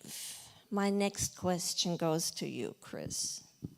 Okay. And it is a very basic one. Would you tell us a little bit about your work as a curator at the Kurt Vonnegut Museum and Library? What does your work imply? Also, and that's very important for us today, what books do you keep on the shelf, so to speak? Could you just tell us a little bit? I have a question to follow up, but give us an impression about of what it is that you're doing. Okay. As curator of the Kurt Vonnegut Museum and Library, historically we've had a small staff. By small, in the beginning, back in 2011, I would say it was 2 people and the occasional volunteer. It has grown since then, but it does involve wearing a number of hats, so to speak. So if you see me giving tours or filling out gift shop item orders, or running the front desk and making sure visitors feel welcome. All of that is a part of my day-to-day. But on the deeper level, as a curator, I'm highly involved in exhibit creation and display. I'm highly involved in research on Kurt Vonnegut. I'm highly involved in traveling exhibits, giving lectures, speaking engagements. We have worked with schools and also a prison writers workshop. It's called the Indiana Prison Writers Workshop. We do a lot of outreach, and I'm very involved in that as well. So that's a pretty good example of my day to day. You had asked about books that I have on the shelf. Are you talking about my personal shelf at home or in the museum? I was actually talking about the library. Yes, okay. The library has several shelves. On the first floor of our museum, we have an entire exhibit dedicated to freedom of expression. When we shorten that to describe the mission of the museum, our purpose in life is to advance Kurt's thoughts on free speech and common decency. So we have a collection of books that have been challenged in schools and libraries and burned on the first floor. We have a secondary library there. It's mostly a collection of just books that have been donated to us with very little explanation or connection to Vonnegut. Up on the second floor, there is a recreation of Kurt Vonnegut's workspace from the 50s and 60s.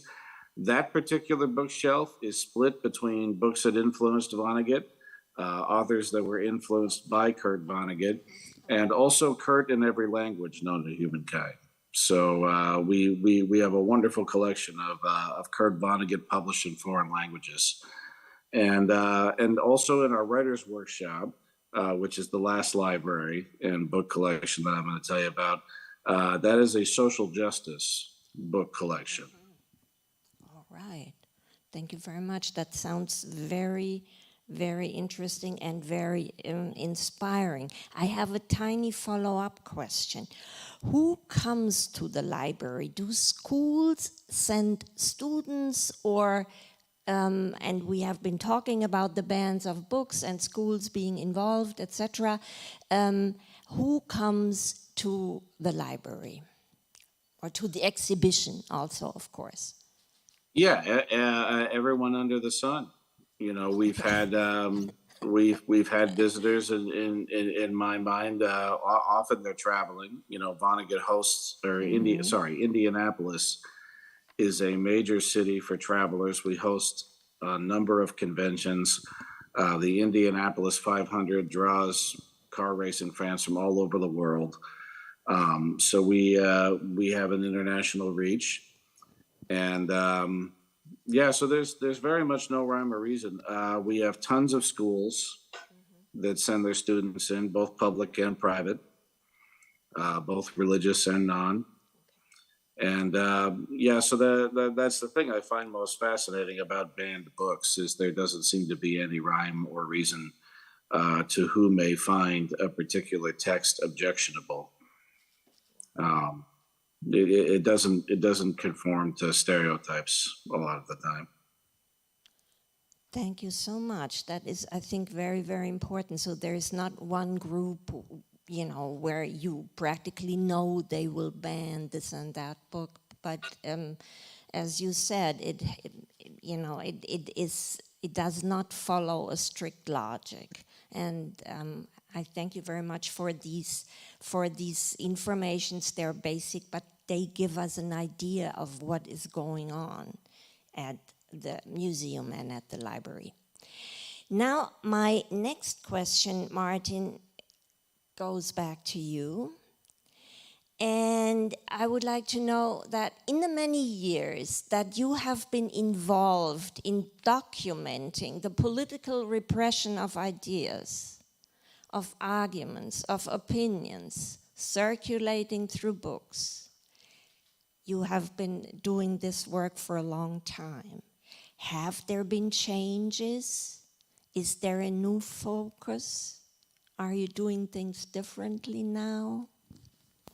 Or is there like a continuum I think for us in Germany there is a quite good development. We have, for sure, there were also persecution after Second World War. I could mention Erich Kästner. For those of you who are here in the room, I have on my book table outside, I have a book from Erich Kästner about the book Burning, and he tells a story from 1965, so at least 32 years after 33, when he was in Düsseldorf, and a young group of Christian, today we would say fundamentalists, burnt books because they were not in their opinion of Christian morality. And for Kästner it was just like a flashback or trauma. And he goes to the mayor of Düsseldorf and he said some kind of, so what? Why you complain about this? This is one thing, but today I think we have a very good state of free opinion, and just actually we had this debate in Germany about the concerts of Roger Waters, from the music group from Pink Floyd before, and he was accused to make anti-Semitic propaganda in his concerts. And for me and so many people, there is a frontier which this should not be. It's not for the free opinion to make anti-Semitic propaganda, but the German one German law court in Frankfurt considered the freedom of art is in this case more than the dignity of humanity, because they say that it was not so grave. Yeah, I think this is a very difficult thing, and but it makes clear that we have in Germany a very good state of freedom of opinion. But on the other hand, when you see it in international, there is something else. We heard many things now, and today when I left home, I just read an interview from Salman Rushdie. You mentioned before that he was attacked last year and he lost one eye. He's blind now on one eye, and he says, I can read this. As an example, Rushdie cited pressure on libraries and schools in the US, where ideological groups wanted to ban books with certain contexts. It's quite remarkably alarming, and we need to be very aware of it and very vehemently fight against it, said Rushdie, who narrowly escaped an assassination attempt last year and has been blind in one eye ever since. So this is a situation which is in many countries. Here, the fatwa, the verdict against him more than 30 years ago now came back to him, and this is not only in Iran. There are many other countries where we have this. To make a bridge again to Hirschfeld and this institute. Many in Russia, for example, they say homosexual propaganda is Western liberalism, and they want to fight this because it's not the right lifestyle they want in their country. And so this is a thing which we should good remark for it. Yeah. Yeah, and we should also be aware that such movements and they travel because Rushdie was attacked in the United States.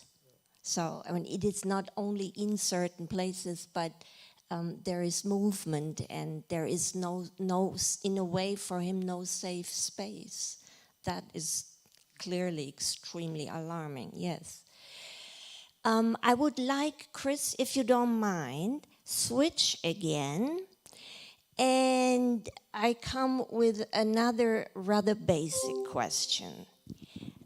We hear about book bans here, about book bans there. Quite obviously, education systems differ in different places, different nations. Why is it, at least from a German perspective, so relatively easy, quote unquote, at least it looks easy, to have a book banned in US schools, for example? Could you help us, on a very basic level, help us understand that a little bit?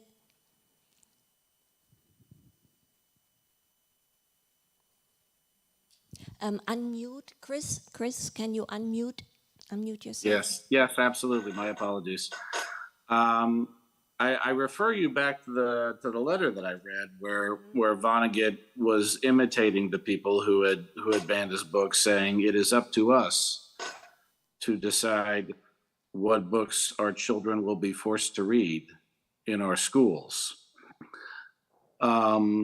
So, schools in the United States, at least public schools, are funded by property taxes, which are paid locally.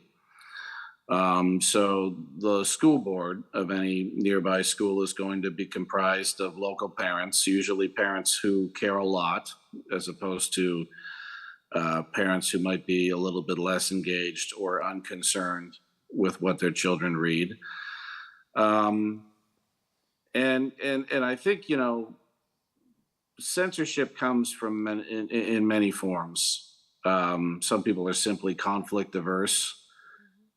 So if a parent or a student complains about a book, there are absolutely lazy school boards in the world that just do not want to be burdened with the hassle of having to defend certain works of art.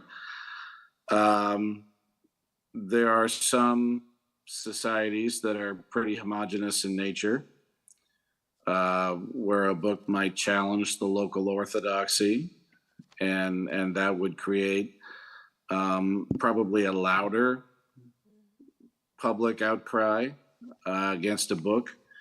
I am not personally a scholar on censorship itself. I'm a scholar on Kurt Vonnegut, but I know that Slaughterhouse-Five, even 54 years after its publication, and I guess 80-something years after the events that it was written about, it still runs into censorship and school board challenges due to profanity, some very unerotic, so not non-erotic sex scenes, and some biblical commentary as well.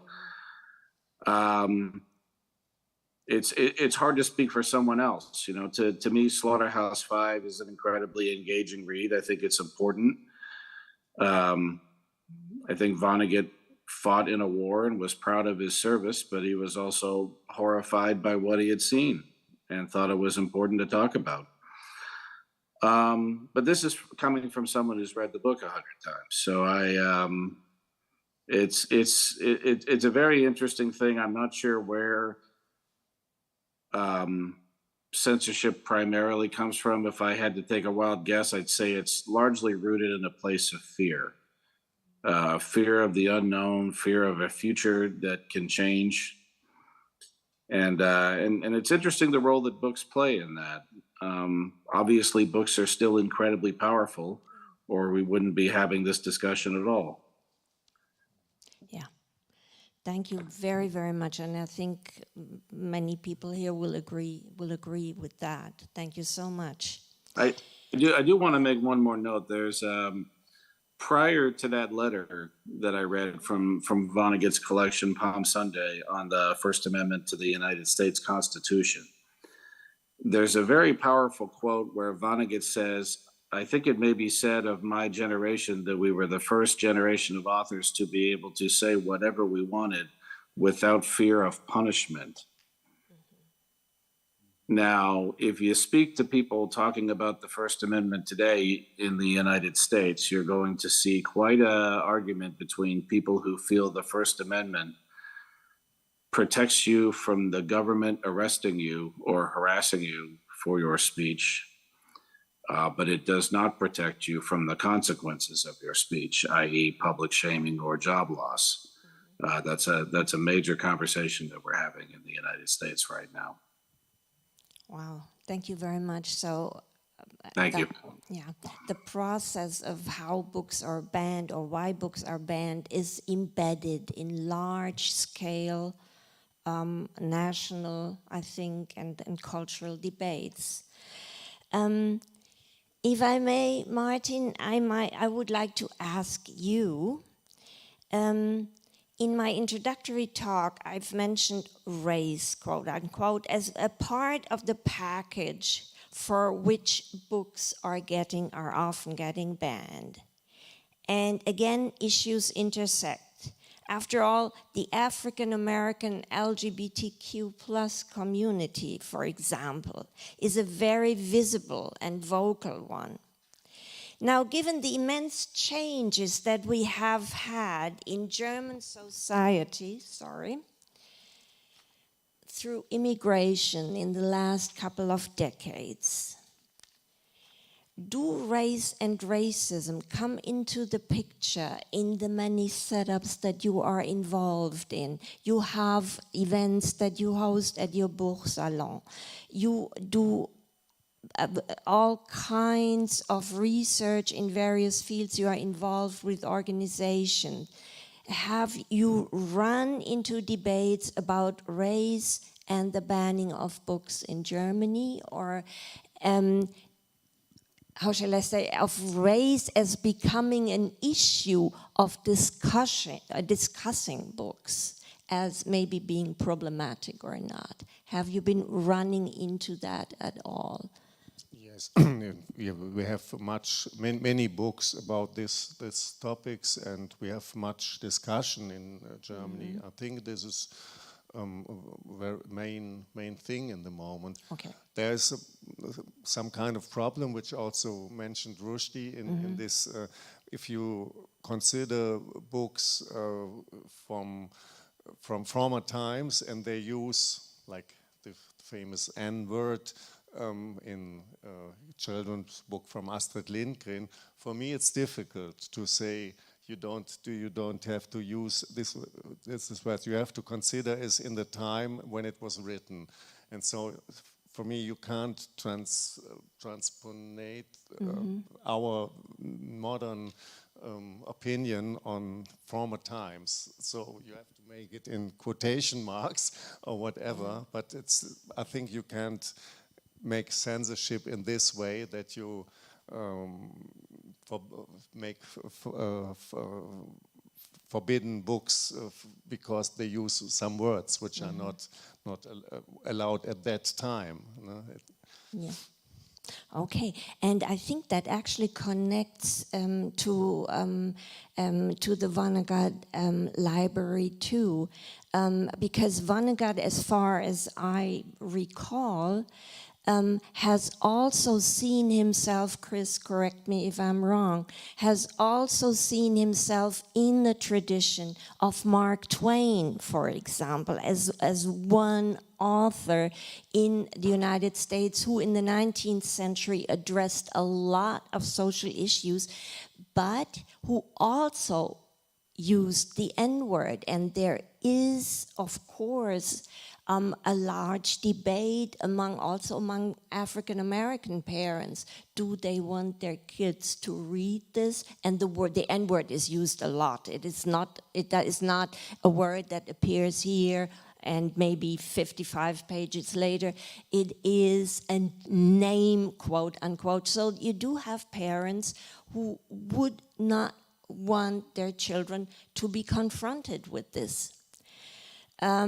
Chris, do you have anything to comment here? Because again, Vonnegut supposedly, at least what I learned, sees himself also in a tradition of irony, of creating a social critique through means of irony, satire sometimes. Would you wanna comment on that? Do you relate to our debate?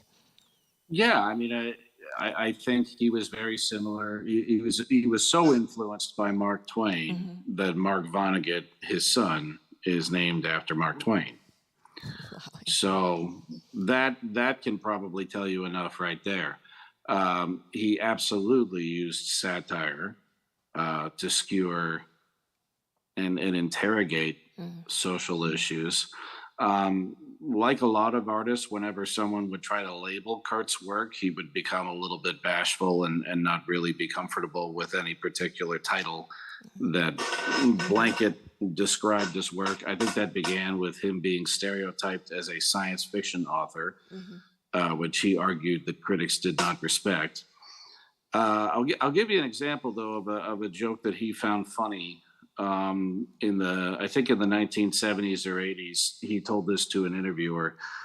He had known Nelson Algren, the famous Chicago author, and Chicago or at least was a famously corrupt city, and Cook County is the location of Chicago. He was talking about an inmate on death row in Cook County who was about to be put to death, crime unspecified, and he's being hooked up to the electric chair, and the warden says, "Do you have any last words?" And the criminal says, "Well, this will certainly teach me a valuable lesson."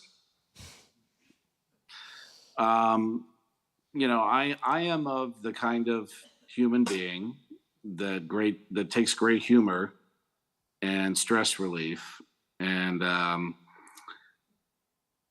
great humor and stress relief out of a joke like that. Whereas I've known many people in my life who would have heard that joke and been revolted by it.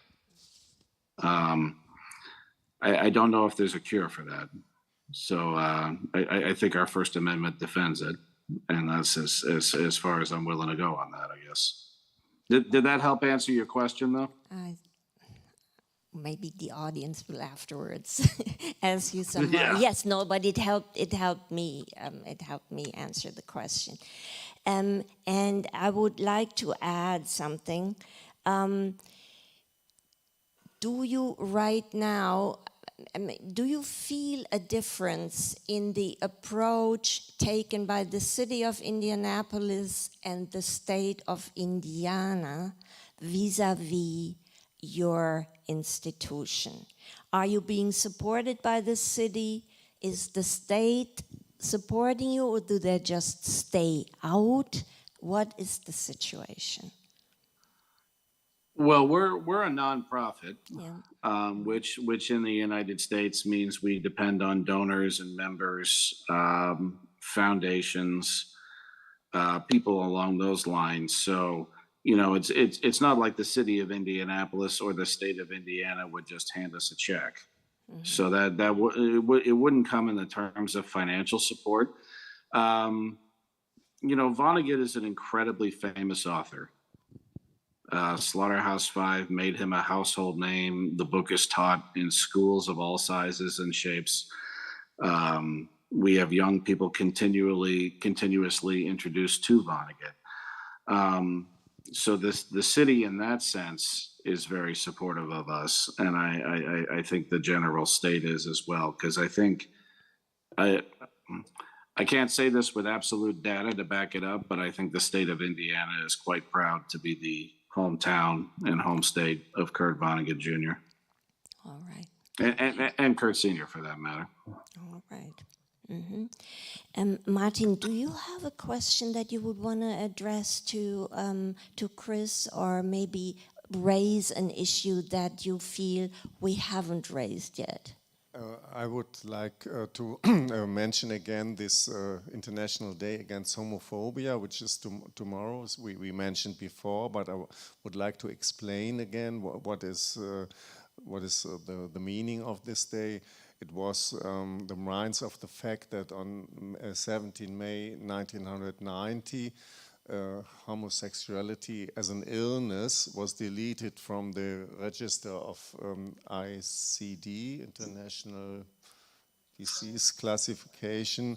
And so this is the fact why we remember this. And for those who are here in Cologne, tomorrow we meet at 6 o'clock on the place Anbit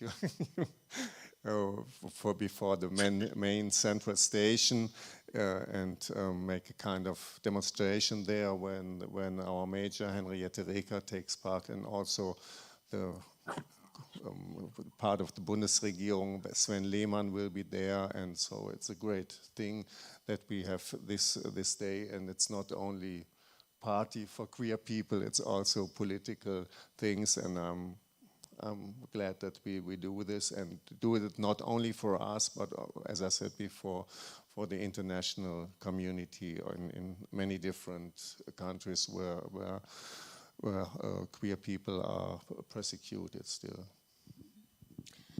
Thank you. And I would like to open up the discussion now to the audience. Are there questions to the panelists? Let me see your hands, or maybe Ms. Mansouri is taking questions, and we have 2 mics here, so we can come and let you ask the question. Mm-hmm. Feel free and don't be shy. Yeah, This is a space of freedom of expression. Express yourselves. Oh, yeah, maybe just comments, reactions, something that you want to add.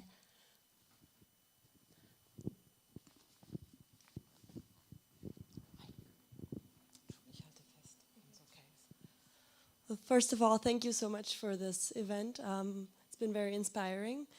And I was just wondering, I'm not so sure on the matter, but I think that in Germany, from the state or the government or the ministries, some books are forbidden.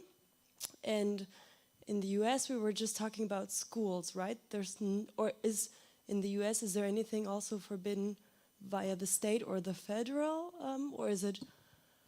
Yeah, that's actually the question. Not by the state or the federal government. I guess we probably have soft censorship, which would be you can't find a publisher for your book, or your publisher, after societal backlash, decides not to publish it, which is interesting because they technically, in the eyes of most legal scholars, I guess, would say that you have the right to not publish stuff that you find objectionable. So that is something that we run into in our society. So if I got this correctly, I think you were probably referring to the index of jugendgefährdende Schriften or something like that in Germany, because we do have something like, Chris, we do have something like an index of books that should not be made available, I think. So there is, it seems, a difference between the way things are set up in Germany and in the US. Yes, wonderful. More comments? More questions? Yeah, Anbit. Thank you very much to Powers Forum and also America House for organizing this. I myself, an LGBT activist from Bangladesh, and we organized and published the first ever LGBTI magazine in Bangladesh. It was banned by the government, and the Prime Minister said it was a pornographic magazine. However, my mother didn't agree with it because I showed it to my mom. So the question is like this coming together, like IDAHOBITA, International Day Against Homophobia, Biphobia, Trans and Interphobia. This year, the theme being solidarity means all of us. And when we think about burnt books or banned books, it's not only about LGBTI identities, but also from my own country, I would say, a female writer, when they write about women's right, when they write about the patriarchy, how it controls your body, how it controls you and your movement. I mean, I'm just looking into is it possible to also bring people from other communities and movements together on this day, or in issues or topic of burning and burnt books? Thank you. Martin, if you want to answer, I think Martin would be the best person to speak on that. Okay, just maybe you try.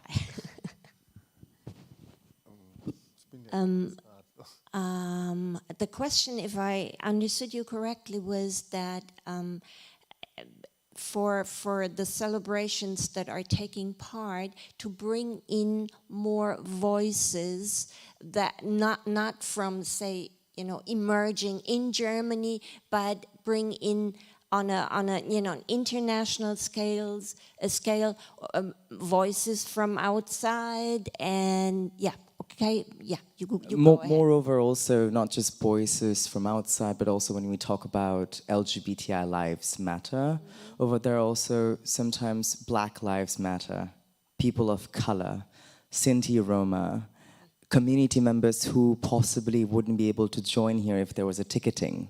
So how all of us can be part of the solidarity if we create one. Like, for instance, America and Germany doing this together. Thank you. Yes, for sure. We support this, and we take part in. You mentioned Sinti and Roma. We take part on Sunday. We have a memory day of the deportation of Sinti and Roma, and we go there to Cologne Fair to remember this. And I think it's a big issue to do this, and in every group has this right to do this in their own way. And we as a white old man, we have to respect this, and I think we have to support us in our way. Yeah. Okay, so we hope that maybe some of what the issues that you raised will be integrated in the events that will follow. And I think you have to, we need voices that demand that. Voices need to demand that. I think this is a very, very important issue. Okay. There is one more question here. It's not so much of a question, but a thank you for this evening, because art is revolutionary. Art is a reflection of our society, and in terms of burning and banning things, people are trying to silence voices and try to destroy movements. And I think this is very important that it's acknowledged in what you guys have done, and I'm thankful to have been a small part in facilitating this. And hopefully this spurs more action and opens people's eyes and encourages them to go forward. That's all. Thank you. Thank you for saying that. Yes. Thank you. One more comment? Is it? Oh, I'm sorry. Okay, there was somebody over there. Was it you? Good evening. Next week, end of next week, I will be at Yale University and talk to 2 Yale University history professors.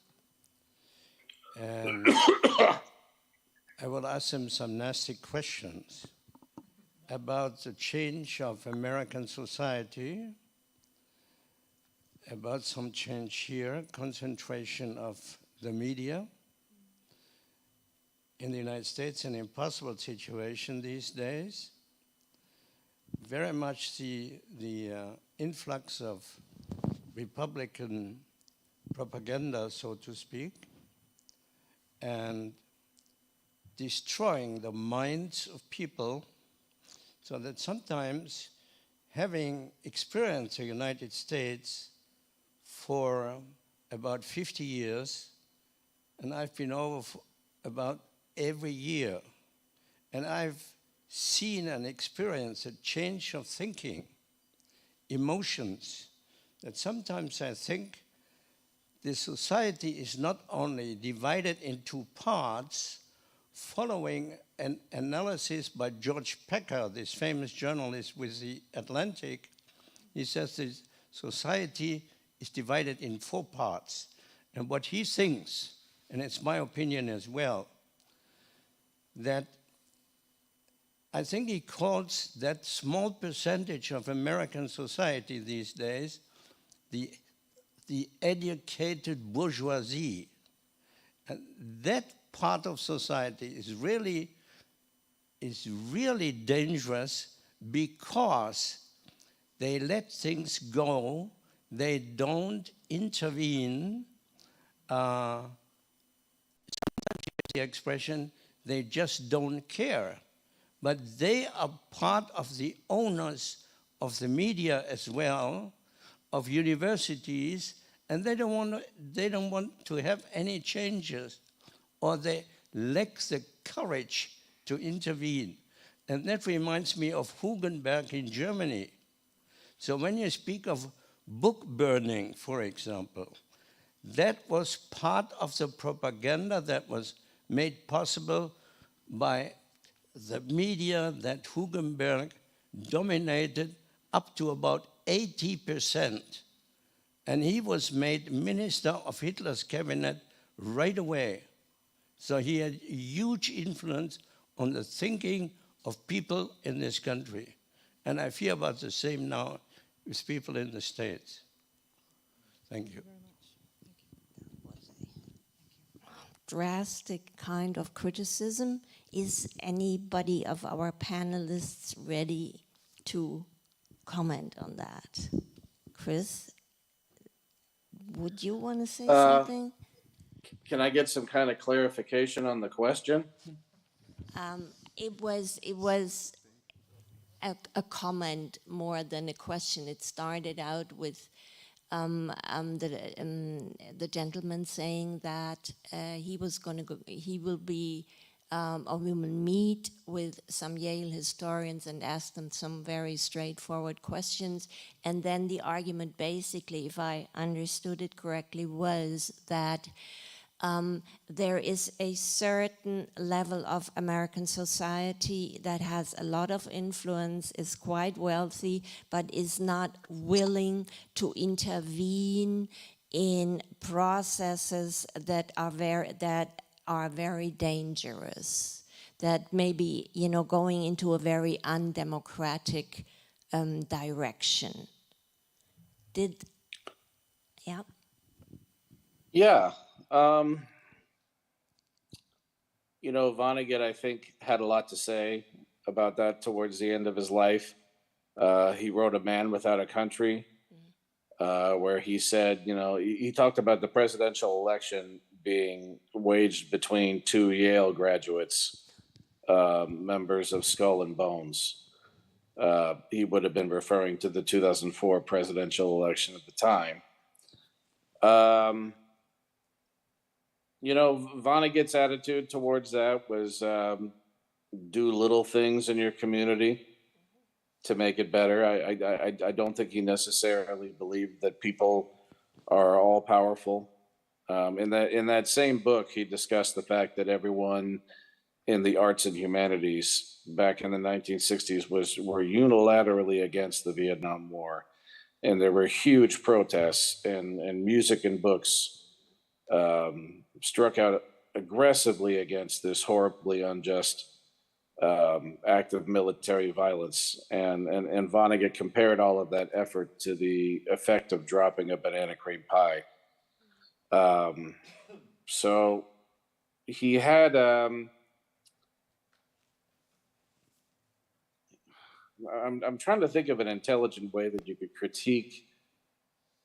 I think your thoughts are valid there, that there's a power structure that is unlikely to change. And Vonnegut believed that. And people have to take risks in order to change things. They also have to extend an olive branch to people that are deeply different than them, I would imagine. I get asked about 100 times a year, what do you think Kurt Vonnegut would be writing about if he were still alive? Most people expect me to talk about politics or a politician. As a person employed by a nonprofit, I'm not supposed to do that. But while I find this fascinating is that I think Kurt Vonnegut would write about social media and how we are so inundated as a society with everyone's every thought. And we had the mentality years ago when I was much younger that all of these social media sites were going to bring us closer and make us feel less lonely. I personally don't know how things are in Germany, but I think Vonnegut would point out the fact that if you spend enough time on social media today in the United States, you could very easily think that the world has gone insane.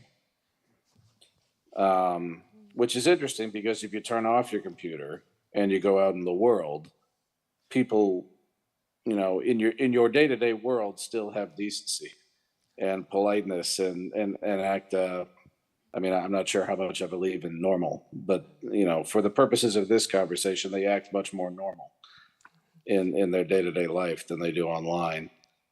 So I think Kurt Vonnegut would write a hell of a book about, because the world we engage with online doesn't seem very stable or safe or secure or functioning on any level. And then when you go outside to talk to your neighbor or something like that, the world becomes normal again. So, Thank you so much. It was a complicated issue that was raised, and I really enjoyed your answer. Thank you very much. You're very welcome. Are we approaching the end of our session? Would anybody like to add a comment or? Well, the beer is getting warm. I just wanted to tell you, the beer is getting warm, and also the other beer cold is drinks. getting warm. So we can I would also. like to say thank Martin you. wants. I would like to say thank you to you, Elisabeth, for this fantastic moderation and preparation of our panel. Yes, thank you, Elizabeth. And also to you, Humaira, you organize and bring us all together. And I was a bit scared, you know.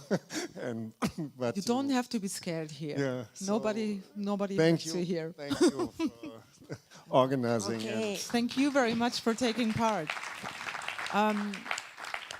I didn't want to tell you all to drink beer now, but I just wanted to say that we still have cold drinks outside and they are waiting for you in order to bring you into interaction, because we want to know about your ideas too, and maybe things that you didn't dare ask or comment on here. You can do it outside with us as well. But there was one last comment, and I wanted to give this last comment to you, Harald. I have one more question for Chris. You were talking about Kurt Vonnegut a lot, but I would like to ask you something about Ron DeSantis, because I think he's the one who is bringing himself into the position, or trying to bring himself to a position maybe for 24, to be the most conservative presidential candidate ever, by trying to influence school boards and colleges and whatnot to, well, block access to books and to students. So what is your opinion about that, and what is the feeling, what are the emotions among you and your colleagues in Indianapolis?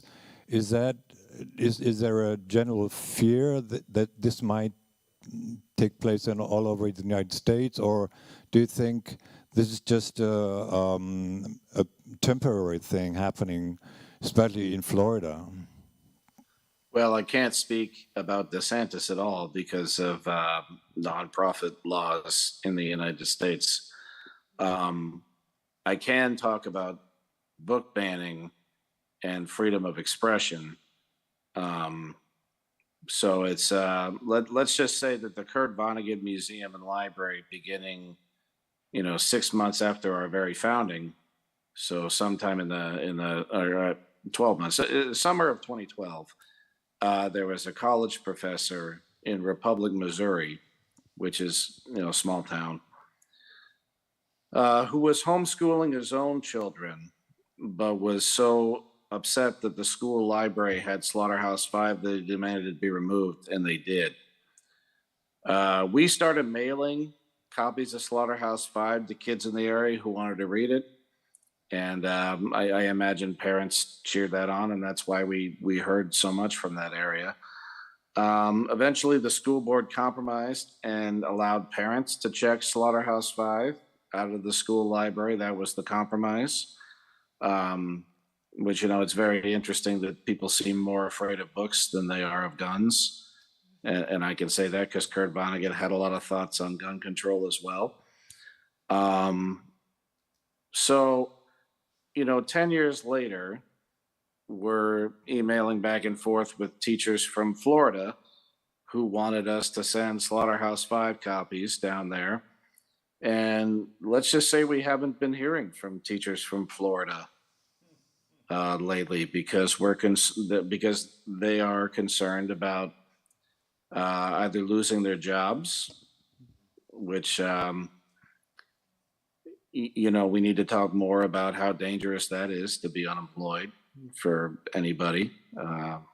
At least that's the case in the United States, and they also fear legal persecution. So that is a deeply concerning situation that you're speaking of. Yeah. Well, thank you so much, Chris, for this wrapping it up in a way that brings together a lot of how shall I say, complicated but also worrisome issues. Okay, and I think now maybe the beer is waiting and the conversations are waiting. I thank you. Oh, there is another. Okay, no, okay. So yeah, Elizabeth, feel free to mail me some of that beer. All right, okay, I will do my very best. Instant mailing. Well, we will. Thank you. Okay. Thank you. Thank you so much, Chris, and taking these questions. I really enjoyed it. Thank you. Absolutely, and a big applause for our friends in Indianapolis. Yeah. Thanks.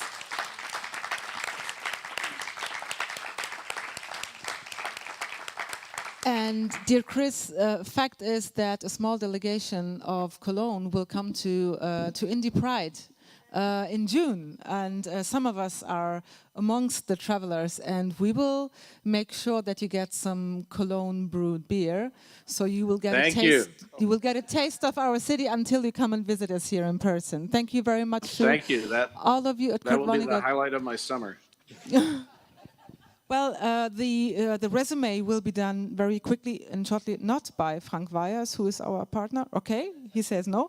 But I just wanted to thank you all, because it is so important that we use platforms and vehicles in order to discuss things which are very problematic, things which are not that obvious, things that we need to learn more about in order to be able to create a new understanding of our values, maybe, because the world is turning and changing, and we need to be informed, and we need to be able to speak freely what we feel about it in order to keep values or see how we can keep them high, because sometimes democratic values are at stake. They are at stake quite often, actually, and it is a constant fight, and we are very happy if we can do this all together and if we raise awareness. So from our side, from everybody, from Volkshochschule, from Amerika-Haus, Friedrich-Naumann-Stiftung, Cologne Pride, Freundeskreis Köln, Indianapolis, I hope I haven't forgotten anyone, but also, of course, Urban Exchange Network from the Deutsche Volkshochschulverband International. We are very happy to be in touch with you and keep talking to us and with each other. And we want to create a sustainable bond to KVML as well. So this has just been the start. Thank you, Chris, Brittany, and Julia, and Parth, and see you very soon with Cologne beer. Stay here with us, because we can't drink all the beer on our own. That would be a disaster. Thank you for coming, and see you soon again. Bye. Bye. Thank you. And happy IDAHOBITA tomorrow.